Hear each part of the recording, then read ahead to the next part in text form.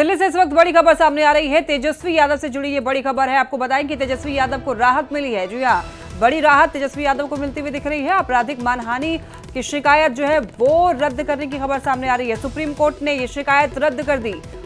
Supreme court का कहना है कि नहीं चलेगा अहमदाबाद में ट्रायल तेजस्वी का। और आपको बता दें कि माफीनामा सुप्रीम कोर्ट ने मंजूर कर लिया है। सुप्रीम कोर्ट ने मंगलवार को तेजस्वी यादव के गुजराती ठग वाले बयान को लेकर के अपना फैसला सुना दिया।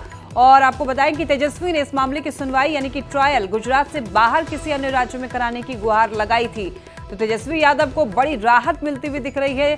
आपराधिक मानहानि की शिकायत जो है वो सुप्रीम कोर्ट की तरफ से रद्द कर दी गई है। सुप्रीम कोर्ट ने तेजस्वी के माफीनामा को कबूल कर लिया, मंजूर कर लिया है। तो राहत मिलती हुई दिख रही है तेजस्वी यादव को। ज्यादा जानकारी देने के लिए सुशील पांडे दिल्ली से हमारे साथ जुड़ रहे हैं। सुशील, तेजस्वी यादव की मुश्किलें कम हो गई, राहत मिलती हुई दिख रही है, पूरी जानकारी दीजिए।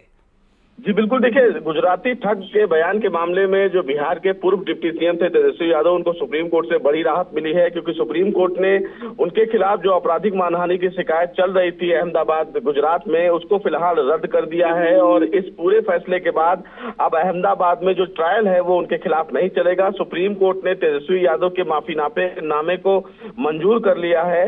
सुप्रीम कोर्ट ने इस पूरे मामले में ये कहा है कि जो ट्रायल फिलहाल सुनवाई के बाहर इन्होंने मांग की थी कि वो चले, वो फिलहाल अब ट्रायल चलने की कोई आवश्यकता नहीं है। क्योंकि तेजस्वी यादव ने अपने उस बयान पर माफी मांग ली है। तो निश्चित रूप से कहीं ना कहीं बिहार के पूर्व डिप्टी सीएम तेजस्वी यादव को इस पूरे मामले में एक बड़ी राहत मिली है। जी तो बिल्कुल सुशील, देखिए चुनावी साल और ऐसे में तेजस्वी यादव को इस केस से अब राहत मिली है, तो ये अच्छी खबर है तेजस्वी यादव के लिए।